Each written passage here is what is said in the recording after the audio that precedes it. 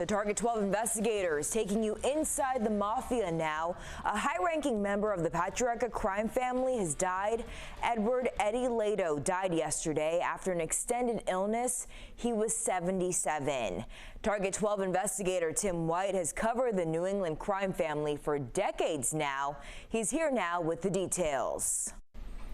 Eddie Lato was the underboss, second in command of the Patriarca crime family. His death comes after a long battle with cancer and closes a chapter in the history of the New England mob.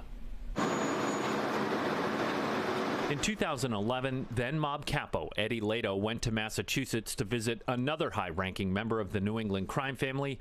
Lato was keenly aware he was under constant scrutiny by federal and state investigators, and that day was no different. He later complained to a fellow mobster who was wearing a wire for the FBI about the pitfalls of being a made member of La Cosa Nostra, telling him, "Every time I leave, there's someone looking at me. There's a guy on the corner in a car every expletive time."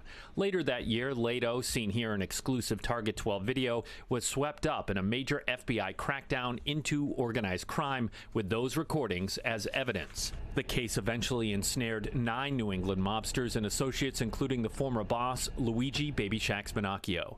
Lato pleaded guilty to charges that he shook down Rhode Island strip clubs for protection money and received the longest prison term of all the defendants, 9 years behind bars. The judge cited Lato's lengthy criminal history when handing down the sentence.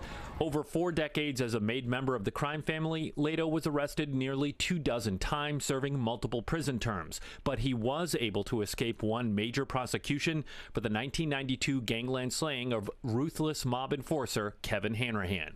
He was gunned down walking out of a Federal Hill restaurant. Decades later, mob capo Robert Bobby DeLuca pleaded no contest on a charge of conspiring to plan the hit and was prepared to testify that Lato took part in the murder. But charges were never brought, likely because DeLuca, who later denounced the mob, was an unreliable witness with considerable legal baggage. Lato was an old-school mafioso whose refusal to cooperate with investigators repeatedly got him locked up. The Johnston resident died after a cancer diagnosis. On multiple occasions, I questioned Lato as he left the courthouse. He was always cordial, but as a made member of the mob, he never told me anything of consequence. With the Target 12 investigators, Tim White, 12 News.